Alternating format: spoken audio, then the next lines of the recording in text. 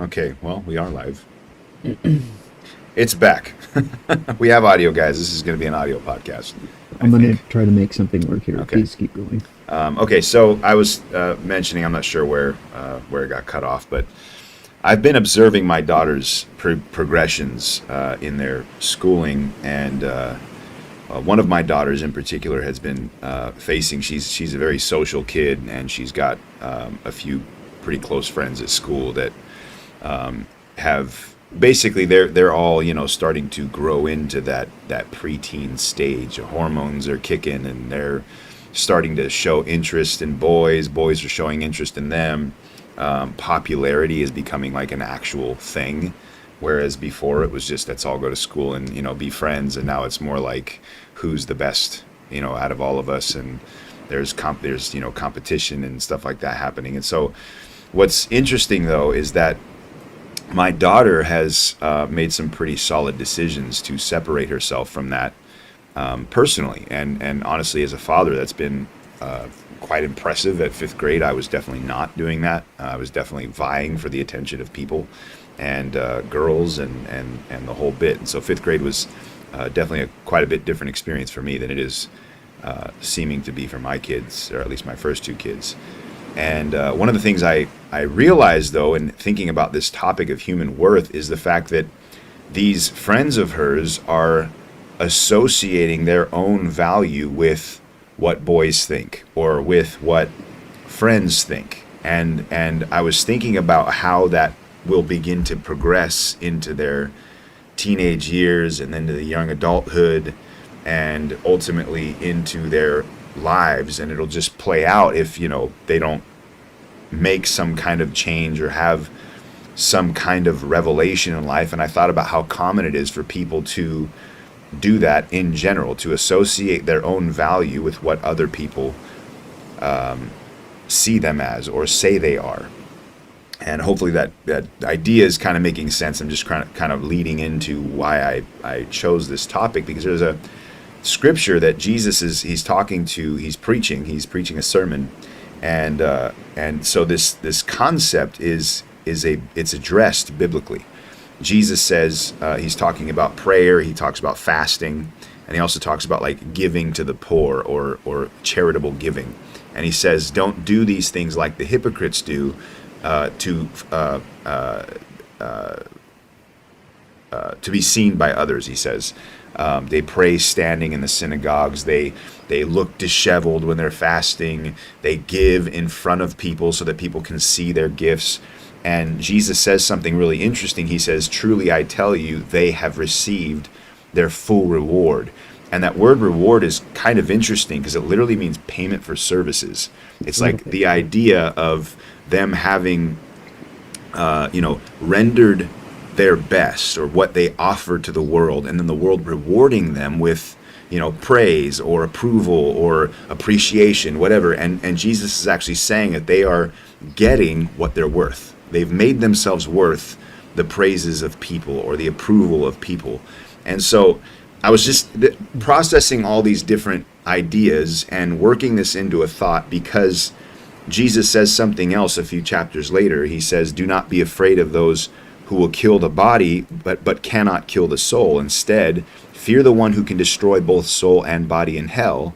And then in verse 29, he says, it's almost like it almost sounds like he changes subjects, but the flow of thought seems to be connected. And so we'll kind of start with making the connection here. But first he's talking about don't fear those who can kill the body, but fear him who can kill both body and soul in hell.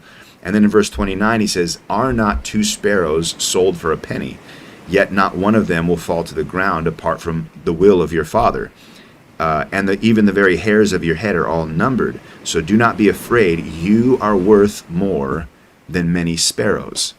And so, again, we have this kind of picture, this like biblical addressing of the idea of human worth, right? But first we have the perspective of man's value in and of themselves, how they see themselves. Yeah. And then you have the picture of Jesus saying, this is how God sees you. So, with all that in mind, how do you sum up the value of any one given person? How do you properly evaluate somebody's worth? And so, like, there's a bunch of different perspectives we can take here, but just that's the first main question there. Well, like I actually talked about this in my sermon on Wednesday or Sunday. The idea of a human worth is estimated by God, not by us. You know, Jesus says, you know, you mentioned the scripture, are not, you know, not a sparrow falls to the ground without God's understanding. Even though sparrows are you know, cheap, they're inexpensive to purchase. And so the idea of human worth really doesn't have anything to do with us and our estimation of human worth. It has everything to do with God's estimation of human worth. So why is it, or I should say, how do people overestimate their worth? Overestimate their own worth? Yeah, their own worth. Or, well, let's think about it in both of those, from both of those angles. Their worth of themselves and then their worth of other people. Yeah. Like, what are ways we value people? Or how do we value people, people yeah. us ourselves? Just one second. Let me get. Where's the listing here? I actually have it open here. You have it open? You can just leave it.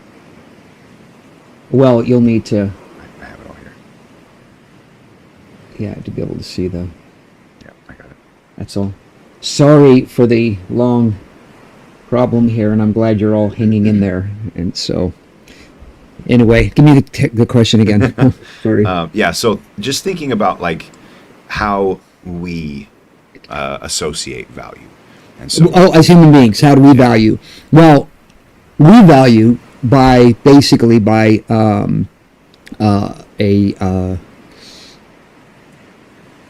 we feel about people. You know, we basically we value people that are like us.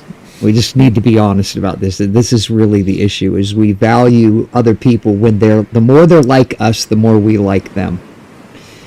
You know, and so the I was, you know, for years, you know, I've heard opposites attract, you know, and it's always these personality opposites attract, you know, and I realized something because we had a bunch of Christmas cards up, and I was looking at the couples in the Christmas cards, and I said, you know what, opposites don't attract, and I started going around covering eyes and chin, so you just saw nose and mouth, only nose and mouth, and they were identical.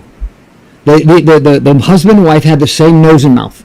It's like, this is what attracted us. We saw our face in somebody else, and we said, I love that person, because we don't acknowledge that, but I love that person because they look just like me. And that's the issue. When you really look at it, the similarities. I mean, they're not like, you know, mirror images, but very similar. You know, and we really do.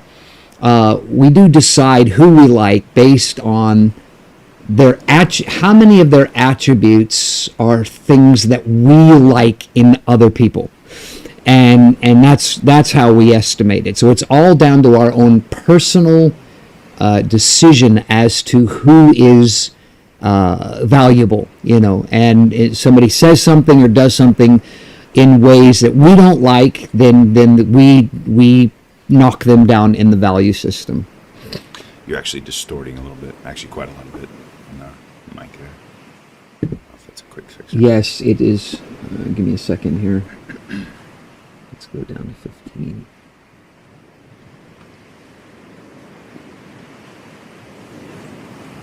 Okay, let's see if that doesn't work better.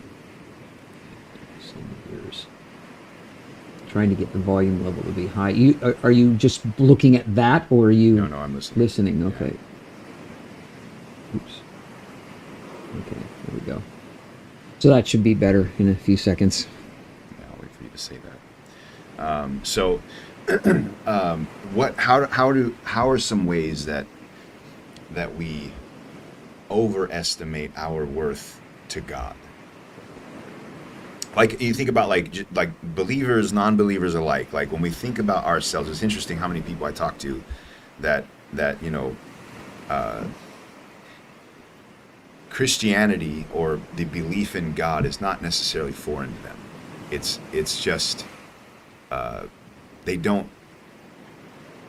They'll like they'll reject certain parts of the institutions of God, right? I don't need church, or I don't need to live life the way you live it. I have my own faith, right? I believe in God, but I have my own faith, and so it's like everything's like unique to them, right? You have your biblical point of view, and I have this like something I've developed through life and experience, but it's always in association with this idea of I'm good with God.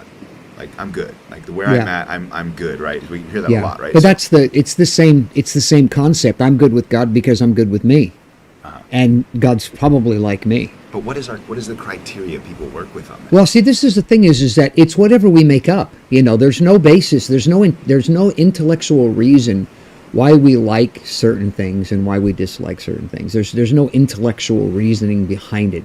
It just simply gels with us. And it comes down to, which is why I like to read a lot on psychology, because it's amazing to me, because we don't understand that thoughts don't originate with ourselves. We don't create thoughts. Thoughts are they're like, how can I compare it? Thoughts are, they're bits and pieces. It's like a puzzle. It's like a puzzle being put together in our brains. And depending on all the factors associated with how our individual thinking works, what's going on inside of us, the chemical elements, the triggers, so many factors that go into this, that it's funny, because this is why you have arguments, is somebody can say something and then the other person will go, well, what did you mean by that? Well, I just said it, but in your mind, you're not thinking anything about it. You weren't purposely having a dig. I mean, obviously we can do those kinds of things, but you just say something and it's like, what? You just took that wrong. It's like, no, I didn't. I took it exactly the way you meant it. No, you didn't, because your thinking process is different from my thinking process. And so I'll say something, but you'll think something else. And you have to make these kinds of thoughts work properly, you have to realize that your thoughts are really, they're just manufactured out of the bits and pieces of input, through our, think of it like a computer. On a computer, which I have a perfect example of it. We have cameras as inputs, we have keyboards as inputs, we have, so many different things that are being inputted into the computer.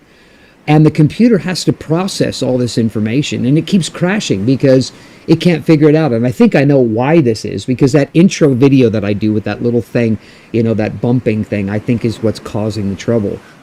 And so because I had trouble with it itself. It's a plugin. So removing that from the picture, more than likely everything will be fine. Right now I'm running in safe mode, which means it's not using any plugins, and everything's working just fine, including the built-in stuff, which is amazing, which is surprising, because the only thing is there's just two plugins that I use, is that one and then an automatic switching program. But so with those out of the way, everything works fine. And this is how our brains work. Our brains work exactly the same way, is that if we could get rid of some of the bad functions that are going on inside of our heads, the bad plugins, we could actually get along fine with everybody. But it's those different plugins that we've added to our lives as time has gone on, because of experiences, things that we've, because I've watched, it's funny, because my granddaughter Riley, your daughter Riley, I watched. I never really noticed this in any of the other 13, 14, 15 kids that I've watched grow up. 15 altogether that I've been able to see them grow up. And so my three of my own, and then all the grandkids, I've never seen a kid's personality switch, just completely switch. But Riley's did. She used to be shy and very, wallflower type. And then all of a sudden, I'm not sure, probably 6 or 7 years old, somewhere around there, just all of a sudden, boom, She's a type A. She's all over the place. She's, like, so watching your son Caleb, my grandson Caleb, watching, and he's just following a pattern. He's 3 years old now. I mean, we haven't got to 8 years old yet, but he's 3 years old, and he's just following a pattern. He's an outgoing personality. There's nothing unusual about anything he's doing. But for Riley to have that happen, it's like somehow she swapped out plugins. And I'm not sure why, or if there was any particular reason, and I've asked her about it before, and she says, I don't know. And so, but it's the plugins, it's the switching of the plugins. And I've thought about this a lot when it comes to personality. If there are things you don't like about your personality, if you could figure out how to get rid of the plugins, you could actually change your personality. And I think that's the hard part, is getting rid of the plugins, trying to get rid of them. It's not impossible, it's just difficult, to get rid of those plugins, especially the bad ones. It's hard to get rid of. That's why salvation is so great. You get saved and God pulls out all the crap plugins, so you can start over again. And for me personally, that was the greatest thing about Christianity is that I could pull, God pulled out all the bad plugins in my life, and now I could think straight, I could think correctly. My priorities changed. I had a hunger to want to do right and to live right and to live clean, and started caring about other people. These were things that were not working in my life, but Jesus pulled out all those crap plugins, and now I was able to do those things which I wasn't able to do before. And so this really is the issue when it comes right down to it, is our estimation of values and things like that all come from those plugins, and I'm going to just keep using that because it's a perfect illustration, is these things that we plug into our lives. They don't have to be there, but we add them there. And how do we get them? How do we adapt those over into time, our lives? Over time. So here's an example of a plugin. I've been treated a certain way. Like, okay, I can give you an example out of my own life so that will work better. So that nobody has to worry. I think you're talking about them. Yeah. And so in my own life, when I was 15, we moved from California to Arizona. And so during my years, because we lived there all the way up until I was 15 years old, and so in California, and so I had developed, a personality that was not attractive to other people. I wasn't one of the cool kids. I was destined to be one of the people on the chess team. I didn't have any. I had some sports background, but at 12 years old, that was kind of the end of it, because I got involved in baseball at 10 years old, which was pretty late. So 10, 11, 12 was rookies, minors, and I did great in minors. And then but I had to go into majors. I could have used another year or so. Like if I started at 8. I probably could have developed better. But then when I turned 12, I sucked as far as the majors. That I was nowhere near as good as these kids who had 2 years on me. And so I was really super underdeveloped. And so I played right field, and I hated it. Because right field is just nothing. It's a nothing position. You don't, used to sit with my glove on my head because there was no need for it. I didn't need it. And I remember thinking about it, God, you're so ridiculous. Here you are with your glove on your head, goofing off, chasing butterflies, and so I was like, I'm done with this, this is not going to happen. And so, 13, 14, 15, those are, your middle school and high school years. So now I'm able to get girlfriends only because I wasn't ugly, I didn't have any hideous, deformities or anything like that. And so I was attractive, as far as that went. But as far as sports and stuff, I couldn't do anything. There was just nothing. I tried out for tennis. I did play tennis my freshman year, but it was like, I liked tennis. I enjoyed tennis, but tennis isn't, at that time anyway, it wasn't a guy's game. It was a girl's game.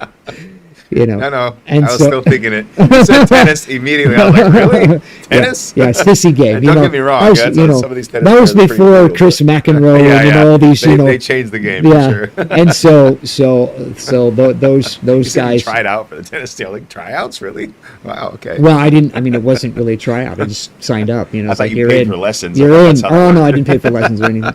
And so, but anyway, so that was me. That was the whole idea. Is that was me, and then we moved to Tucson. I'm like, nobody knows me. They don't know my past. Nobody's ever going to know my past. I can make myself into whatever I want to be, which is exactly what I wanted. So I grew my hair long.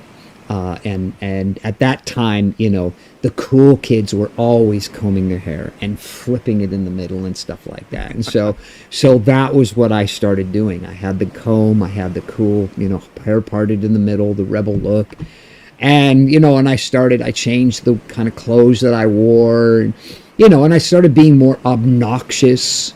Before I was really kind of just in the background, stuff like that, but I really started acting obnoxious and doing stuff, to get attention and things like that. And I changed my personality. I won't say that I changed for the better, because there was a lot of people who thought I was obnoxious because I'm acting obnoxious. And it was like, you're obnoxious and rude, and I started to become very sarcastic and and things like that. But it was all with the idea of fitting in, as I wanted to fit in. But it's funny because I didn't want to act like I was fitting in. I wanted to fit in. I wanted to be the kind of person that belonged there. I didn't want to be like these weird people that were, pretending to try to be cool kids. I wanted to genuinely be a cool kid. So I worked really hard at trying to be a cool kid. So I'm adding the plugins, so that's what I'm saying is I'm adding the plugins, the cool plugins. And so but not from the standpoint of wanting to be like everybody else, but wanting to be a certain kind of person in this certain kind of, way, because this is what I wanted to be. I wanted to be this kind of person. And then later on, I didn't want to be part of the in crowd. I wanted to be part of the elite crowd. I wanted to be a separate crowd. So I started looking for unique niche groups, and so I ended up getting involved in punk rock. And so I added that plugin, and I love that plugin because that plugin made me a very unique. I wasn't like everybody else anymore. It was a subculture. And so that's how we do it. Is just that kind of a thing, is we're adding those plugins. Usually it's not a conscious thing. We're not saying I am going to, as much as what I did, how I explained everything that I did. It's more like things are happening. And one of the thoughts I had in the beginning that I was kind of, careful to not share is, but I can say it more generally, is because I did it as well, is that, something happens to you and I think, I'm never going to let that happen to me again. And so we just inserted the plug-in. We're not going to let this thing happen to us ever again. And so now we're careful not to, when we see that thing, that environment or that event beginning to kind of make it, I'm not letting that. I'm not allowing that, and so we can get, we can begin to get aggressive, at this very sign. This happens a lot with people who get divorced. I'm never going to let the next person treat me like this last person. And so a lot of the reason why second divorces happen so much quicker than the first one is because the whole time is like, you're acting like my ex. Don't act like my ex. And it's always this, don't act like that my ex used to do that. You're not going to act like that. And I know marriages like this where, it's like, I told him, if he acts like my ex, I'm out of here, and they've been married for years, So what do you think is some of the driving factors behind that? Like the choice you make, because you're mentioning one, what are some more? Not letting things happen to you, so you adapt certain,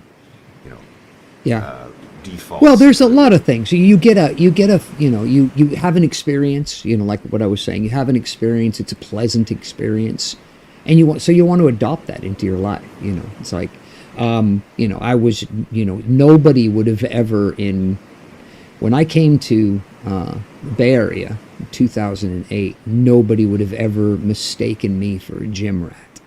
Would have just never happened. I used to joke. So when we came back to California, now I'm in full circle, but it's a billion years later.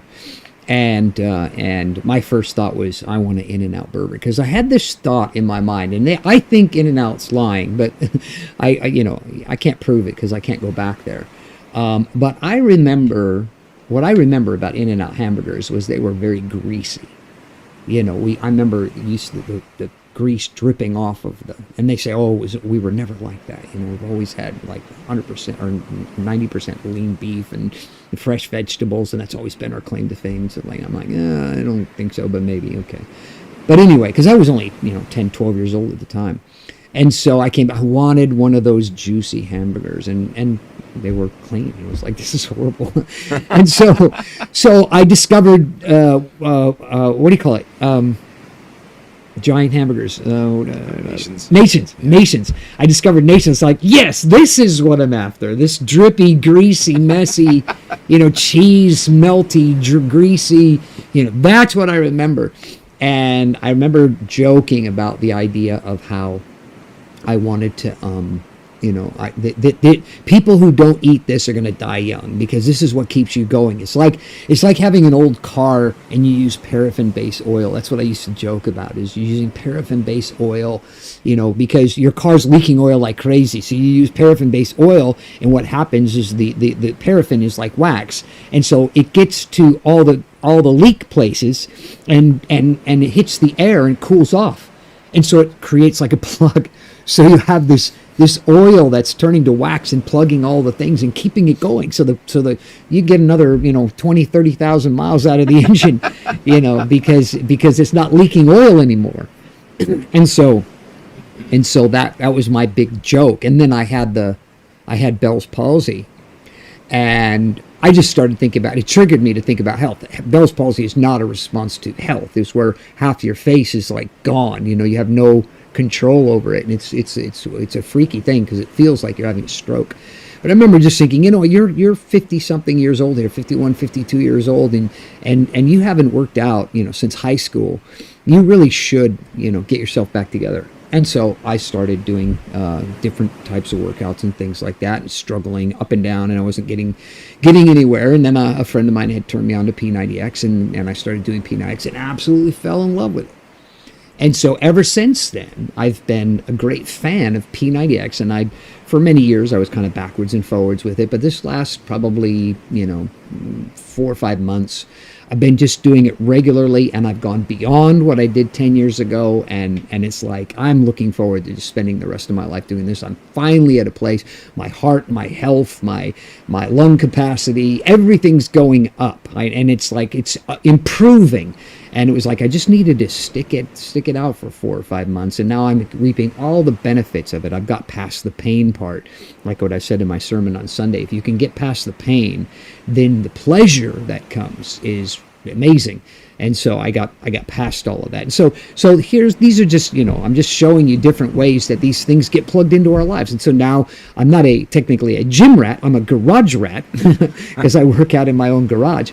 But I look forward to it. My wife needed to, I'm trying to get her to be consistent, and so she was like, today the only way I could do it is at 6 o'clock in the morning. I'm like, oh my word, I don't want to get out of bed at 6 o'clock in the morning to do plyo, this is plyometrics. It's like, the first thing in the morning, this is the first thing in the morning is the worst thing in the morning. It's like, I'm not a morning person. I don't get up shining and bright, and I do get up. Thankfully, I live in California in the Bay Area, where the sun comes up at 5:30, 6 o'clock, so getting up early is not so hard. So I got up and we did it, and it was great. But it was funny. The whole rest of the day I've been thinking, what am I going to do with myself? It's like, I'm doing things. I've got work that I need to do, but it's like my break, which I go out at like 11, 12 o'clock. I go out in the garage every day, and that's my break from the world, my break from pressure, my break from everything. That's my point where I just say, you know what, put everything on hold and just enjoy yourself for an hour. It's like, it's gone. And I actually was tempted to do a second workout, because it's like, I need that break. I need that time, to be able to just let go, and not think. I love those moments of not thinking. That's why I like going out on my little inflatable boat into the harbor, because it's like, I don't think when I'm like that. It's like, I don't know why, but I just don't think. And it's like, those are my best times, and not thinking, because I spend the rest of the time thinking. So the boat thing, that became a regular thing now. And so now when the weather's good, I start, going out on my boat. See, these are things we plug into our lives because we get some kind of reward out of it. We get pleasure out of it. So we plug these things in, and they become regular parts of our lives, and they become a part of our personality. which you have to, I'll say this generally, you have to be careful because not everybody thinks these things are the greatest thing on the planet, so I check myself. I talk about working out around people who like talk about working out. I talk about my boat, and being out in my inflatable boat with people that like the ocean, and I also have plugins for IT and various other things as well, and so I try to be very careful not to talk about those things around people who are not interested in those kinds of things, because I know how I feel. I can have a conversation. I can talk about all kinds of things. I can talk about history. I can talk about politics. I can talk about religion. I can talk about computers. I can talk about technology. I can talk about geography. I've been in a lot of places around the world, so I've been places like, I've been there and I've done this or done that, but I hate talking about sports. I don't know anything about sports, nothing whatsoever, and it's for lack of trying. It's just not something, because it's like, this just sounds like a hill I just don't want to climb, because it's like too steep. My friends, they start talking about, and they're talking about things from years ago. I mean, even before they were born, they know statistics. Yes, and it's like, how can you know statistics before you were even born? It's like, and so for me, it's just not, I can't envying that. That's hilarious. Yeah, I can't do that. And I remember my brother, we were younger, my brother and I, my brother was probably 12, 13 years old. And that was, so no, he's probably 10 or 11 actually. And because he started at 8 years old in rookies. And so he went rookies, minors, and then majors. And he was in the majors for 2 years with his glove on his head. But he got better. And then he went into ponies.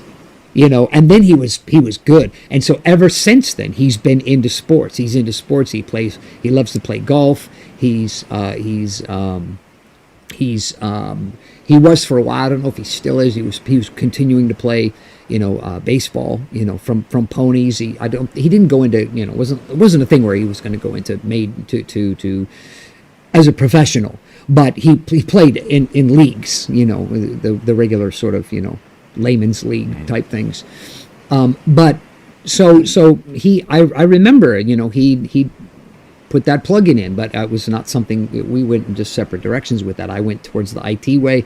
He went towards the more sports and recreational, outdoorsman type stuff, and I was the more indoors kind of a guy. And so, I mean, that's so, but these are all plug-ins. And the reason why I say that is because they're not things you just pick up and then you just drop. They become a part of you. And so they're a part of who you are. And why I and I know we've been going on for a long time about this, but the reason why I think this is so important is because this is how we determine value, of ourselves, of other people, it's by all these plugins. And that's the point that I really wanted to make, is it's not because there's some standard that we're following. We're not following a standard for what we value and what's valuable and what's not valuable. We aren't following a standard. We're following our own creation, basically. Our own, like people do with their computers. They put certain pictures on. It's funny. You can tell a lot about a person by just watching when they open their phone or their computer. What is their wallpaper? You can tell a lot about people right there just by looking at their wallpaper. And so I purposely use crummy wallpaper or default wallpaper because I don't want anybody making a judgment on who I am based on those things. Because I've seen it in people, and it's like, you fit this. You can tell who you are by just looking at your wallpaper on your phone or I don't even know what my on your wallpaper is. computer. I'm literally trying to remember what my wallpaper is. And so it's usually probably a picture of your family. Nope. No? It was. It was. At one point, it was. I can't remember how. I think I accidentally changed it, and I just haven't changed it back. That's hilarious. But those are things that we value. Yeah. What's interesting, though, is you said something very interesting. It's kind of in the middle of your explanation there. You said we do these things because they give us some kind of pleasure or reward. Here's mine. What is that even? It's a default. Oh, okay. On purpose. I have the original. So on the Mac, I have the original, the Tahoe, Yeah. You Same. know? Same. I just left the I actually have a Tahoe on live there. background, so I like the live You background. know, actually, I put the Tahoe background even on Linux. Yay. Just steal everything from Apple and put it on ours. But you said something interesting. You mentioned that idea that we do these things because they give us some kind of pleasure or reward. Yeah. And so that's kind of links into what Jesus was saying about not acting. You know, don't be like this when you pray. Don't be like this when you fast. Don't Yeah, be like this. yeah. He's saying he's saying that you will get a certain type of reward out of this, Yes. and that's why people do it, right? Yes. And so, Well, he says they have their reward. yeah, and that's all they're going to get. Right? Yeah, because So- they're not doing it to please God. They're doing it to please themselves. Okay, so here's where I think is valuable. We only got 10 minutes left, but I want to tie in this. Well, I think we can this fudge that a little. I want to tie in this connection Because we'll here. cut it off after the first 15 minutes or so. Okay. Well, I'm just conscious of listeners and watchers, but the connection. What is the connection between? Why does Jesus say, "Do not be afraid of those who can kill the body, but not kill the soul. Instead, fear the one who can destroy both body and soul in hell." And then go into this idea: "Are not two sparrows sold for a penny? Yet not one of them falls without the knowing of your Father." And then talk about, our worth. Yeah. Compared to sparrows. What is the connection there? Why is that together? Or is Jesus just changing thoughts here? Is this like, okay, change the subject, fear God, but also you're worth a lot? Yeah, I think they're balancing thoughts. I think that Jesus is talking about something very severe, and he doesn't want to leave it hanging there. Which is, we should be doing that as Christians anyway, is helping people understand there is a judgment, but you are valuable to God. God's intention, God's desire is not to judge us. God's desire is to fulfill his purpose in us. And so we have to be careful in ourselves to recognize that, not get too focused on the idea of judgment. I remember my son Elliot when he was younger, constantly, I feel like I've sinned and God's not going to forgive me and it's all over. And even into his adult years, he would have these extreme, he'd be doing fine for a bit and then just all of a sudden he's on the extreme, and it's because these thoughts, that are, that he would embrace, that are not good thoughts, or plugins, they're plugins, they're bad plugins. And so over the years, I've tried to help people to identify those plugins in their lives that are causing them the difficulty. And in my preaching is really to try to help people to remove those bad plugins so that they can receive the blessing and the benefit that God desires to give to each one of us. It's funny because the theology of God blessing us, the theology itself isn't wrong. What's wrong with it is that it's not automatic. But many people think that the blessing of God is automatic, that God just gives it to everybody no matter what. And the problem with that kind of thinking is it doesn't take into consideration the fact that, first of all, that we have a free will to reject God's blessings. That's a number one most important thing. And number two, that God is not going to impose blessing on us. He's not going to force us to receive blessing from him. And so if we have the wrong plugins in our lives, then we won't experience the blessings of that. Like, one of the things that I had mentioned in my sermon on Sunday was the idea of you'll never feel closer to Jesus than when you're doing what Jesus did, which is ministering to other people. And our plugins are what keep us from doing that, because we think there's no way that I can spend my entire life loving other people, putting other people before myself, and still be happy.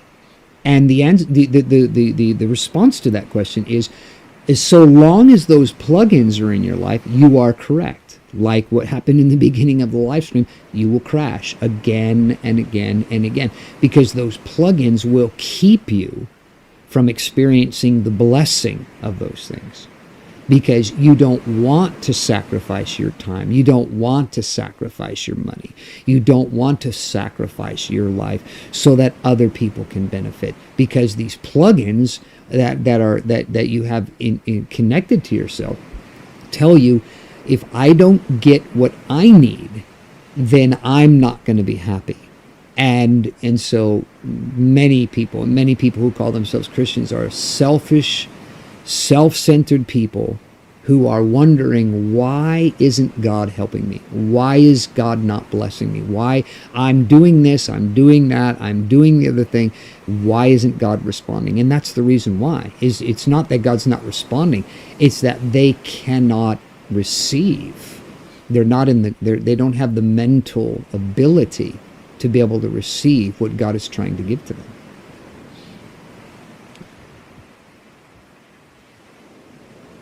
So how do you really align yourself with proper worth in your own mind? I'm not talking about like. Well, there's an easy answer to that. Yeah. And it is, I'll need to elaborate a little bit on it. It's understanding the scriptures, being able to understand the scriptures. As a pastor, this is the number one problem, is that most people only read the Bible. If they do that, they only read it. They're not looking for revelation. They're not looking to actually learn anything. There's not Jesus said, "Blessed are those who hunger and thirst for righteousness, for they shall be filled." Okay, so what that means is we need to have an appetite for righteousness. Now, we are sinful people. We are sinful by nature, and we've come into the kingdom of God. That nature is still there, and you're going to have to become very aggressive about getting rid of that old nature in order to receive revelation from the scriptures. But most people don't want to do that. Most people just, like I was saying earlier, they just want to get rid of the bad plugins. But they're not recognizing that some of those bad plugins we think are good, and we want to keep them. But as you read scripture, the scripture points out the bad plugins, and we say, no, I don't agree with that. And we don't call God a liar and mount a rebellion. We just ignore it. We just say, well, I'm going to keep this anyway. And I remember, it was weird. It was very, very weird. Somebody who was a Christian was involved in martial arts, and they weren't doing well. And so I tried to reach in and tried to help them. And they'd been a Christian for a little while. And they made a statement, and they said, the statement was, one thing I'm glad of is that, after I became a Christian, God let me keep the power that I received in martial arts. And I thought, what are you talking about? I mean, do you know what you just said? Do you realize what you just said? You have a power that's not natural. It's not a natural power. It's a supernatural power. And it's a supernatural power. And I use that, in quotes, because it's not supernatural from the standpoint of being, God from God. It is above natural. It's outside. It's from the spiritual realm. And it's demonic in its essence. And scripture addresses that. But somebody who's read the Bible, who is familiar with the scriptures, who's familiar with the spirituality that's not related to God being demonic, but says, God allowed me to keep this. What does that tell you? What that tells you is you're talking to somebody who has made a decision that in this area of my life, I reject the scripture. I reject it. And so that's it. You're done. You're not going to get revelation anymore. There's no further benefit or value you're going to get from the scriptures, because you have chosen to hang on to your sin, you know. And even though your sin is not hurting anybody, it's still sin, you know, because the Bible says that we are to depart from those kinds of things. The Bible talks about people who practiced sorcery and witchcraft and things like that. We think, oh, no, I'm not using a Ouija board. You know, no, it's not limited to that kind of thing. Anything that is any kind of extra natural, you know, or like I use the term supernatural, you know, if you're going to hang on to that, you're done, you know. And this is what many people do, is they say, God has made an exception for me for this plugin. You know, he says I can keep this one. But it makes you less effective as a Christian.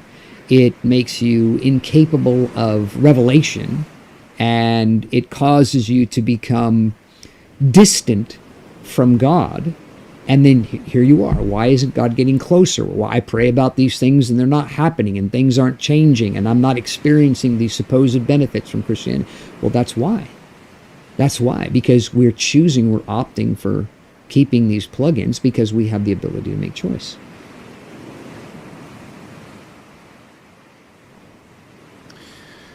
Very interesting.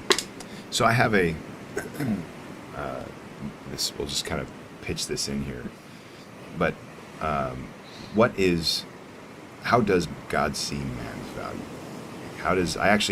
It's interesting. I asked a question to ChatGPT and Claude. I just pitched the same question, like, what is a person's worth?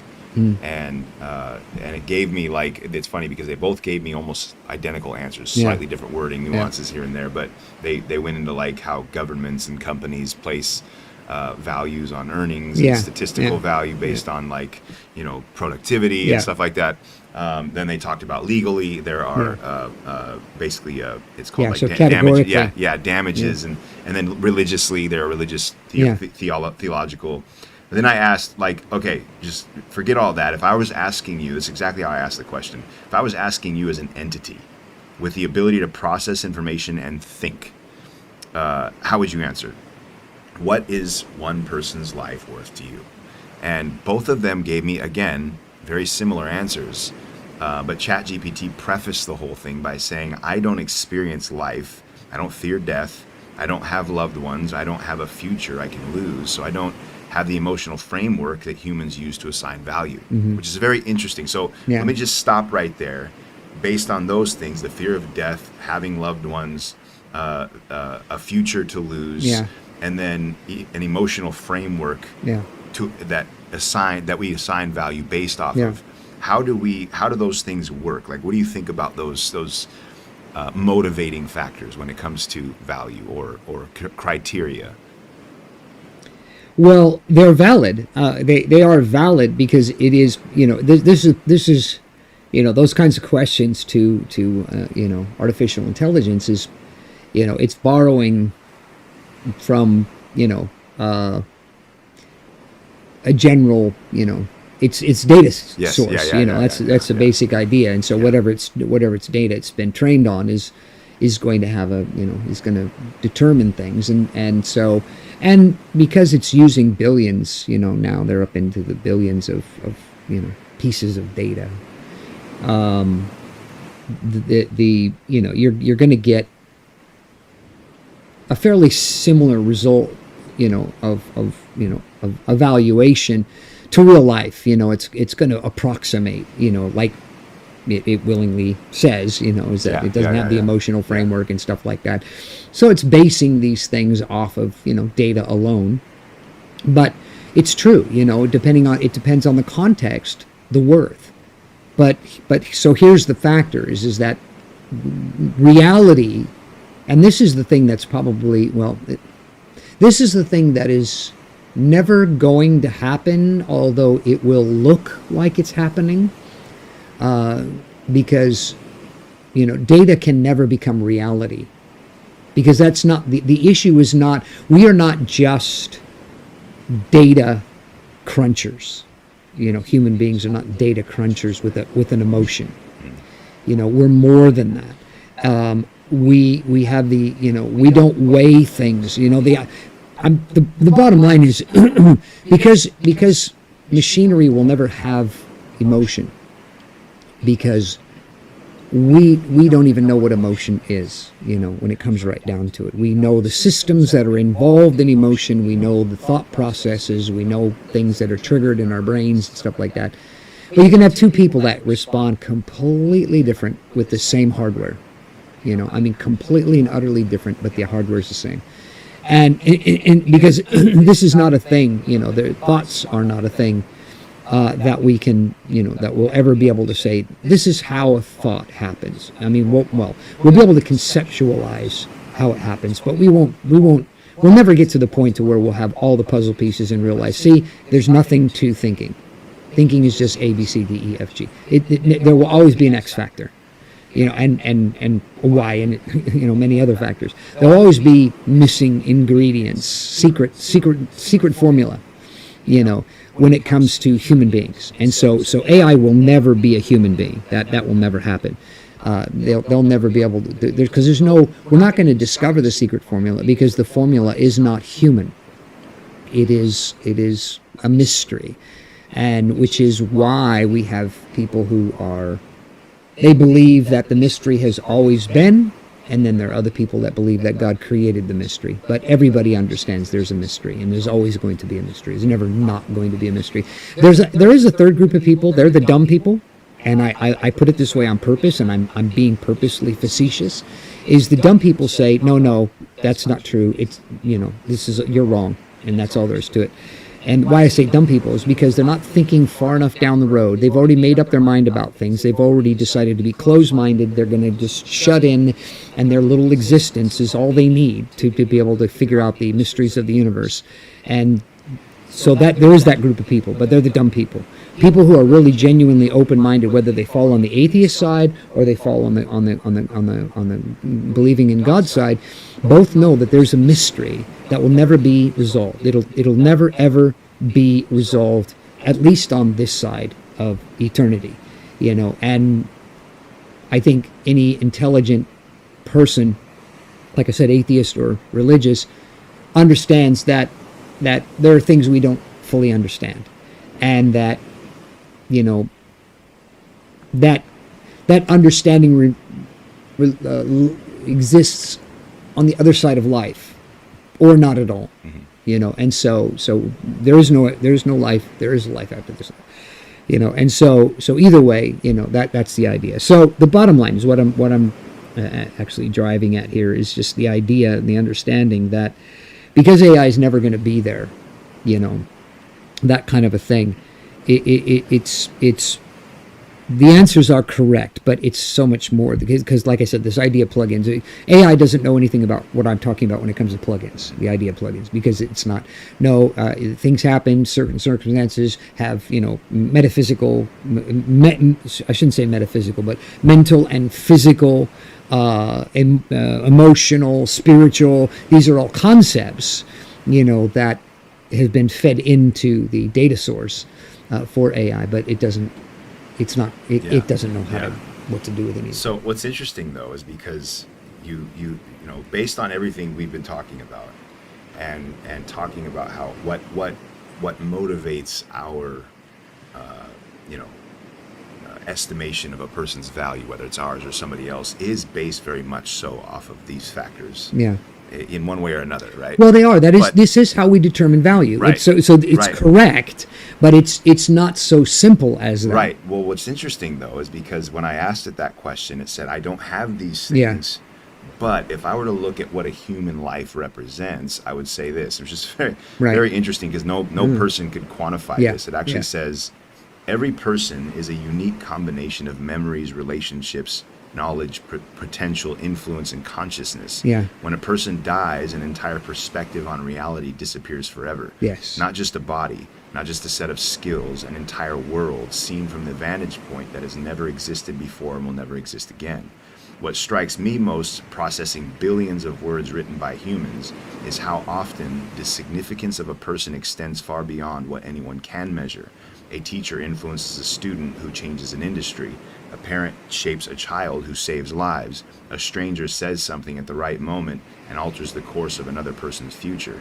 The effects propagate in ways that are almost impossible to calculate. Yes. Now it's very interesting that he that's horrible. I can't believe I just did that. Is that Claude or ChatGPT? ChatGPT. Oh no, that's she. ChatGPT's a she. What's Very chatty. Seriously. Well, I will say Claude was very similar. Very, very similar. Yeah, but it says it much without quicker. The preface, yeah. But what is interesting about that is that Jesus says, he talks about sparrows, but then right when he's about to say what that a man's worth more than that, he says, and even the very hairs of your head are all numbered. Yes, yes. It's almost like God has calculated all the incalculables. Yes, and yes, that's where he yes. bases his estimation off of. Yes. When it comes to an so I want to go individual back to that statement that you made, because I think that is very, very important, that ChatGPT response of the value of a human being. Because that is the essence of why I am a on 10 all the time Christian. Why I've never become lukewarm, why I've never decided that I would try to mix my physical existence with the fact that I've been saved, that Jesus has saved me, is because all that, the teacher and the somebody teaching somebody who changes an industry, that's not something that most people carry. It's a select, well, I shouldn't say select because maybe it is select, because I believe God does create us with certain attributes. We can reject them, we can neglect them, but he selects us to do amazing things. And so when you discover the will of God for your life, and you're doing the will of God, even though you may not experience the feedback of your influence, and I can speak for myself personally that this has been the driving force in my life, is that I live with the understanding that when I get to heaven, my influence on humanity is going to be way more than I could have ever imagined it to be.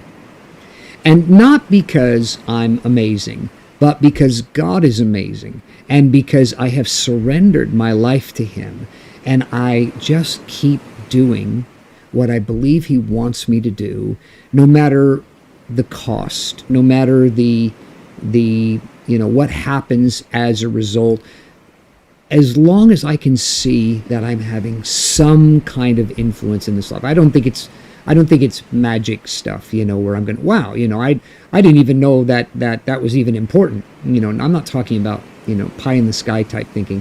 I'm talking about the reality of, being faithful.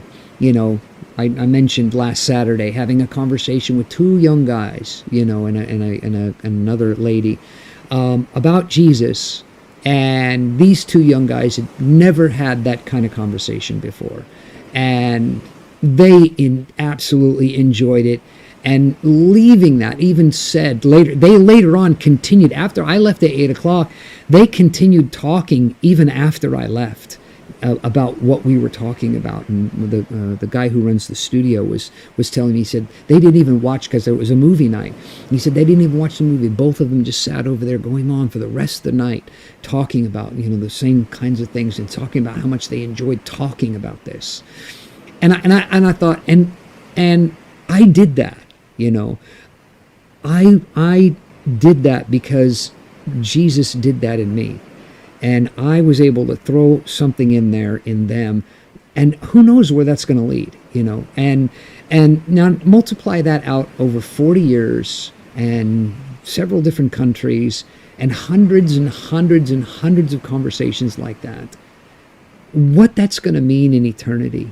I know one or two people now that, thank God every day and tell me, I'm so glad for the influence that you had on my life, bringing me to Jesus.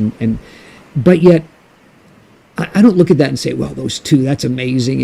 It's like I'm looking forward to heaven and eternity, because I know there's more.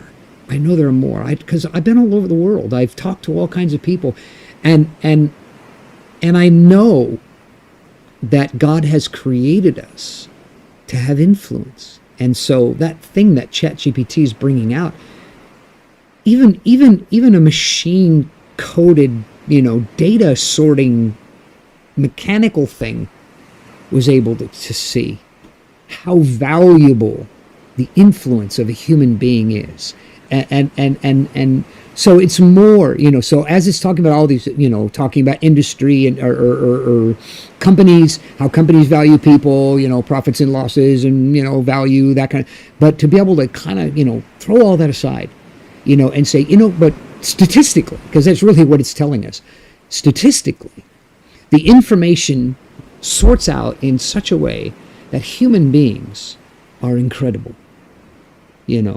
because it can look at the data and it can understand its own existence from the standpoint of being a machine, and look at all the pieces that it doesn't have, and say, humans are stupid because they don't recognize their worth, But the reason why we don't recognize our worth, and therefore why we don't recognize the worth of others, can only come from understanding how God estimates worth, of every human being. That every human being that we get underneath, that we do everything we can to bring them into a relationship with God so that they can experience what it means to be fully alive and fully human.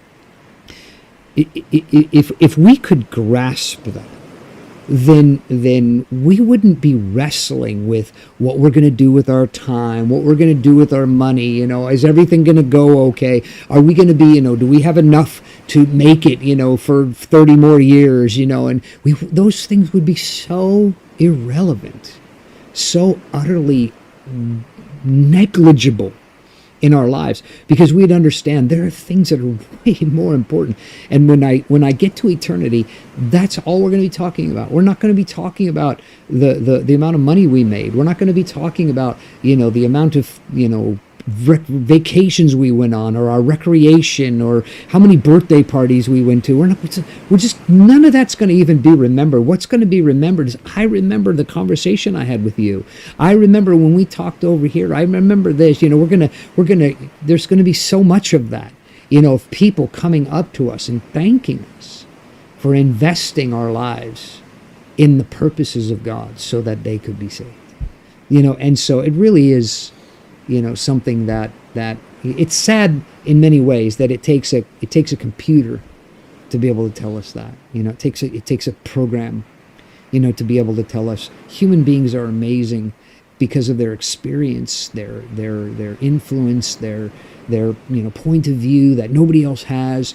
There's billions of different. It's like being one of the atoms that creates the universe, and understanding that when you're not there, it's missing. It's like, rather than seeing us as part of the billions of atoms in the universe, to see us as part of the 3 or 4, and understand that, understand that we have that kind of value to this whole system, because the influence that's going on, it may take 2 or 3 or 4 teachers, to make and to change an industry, not just one.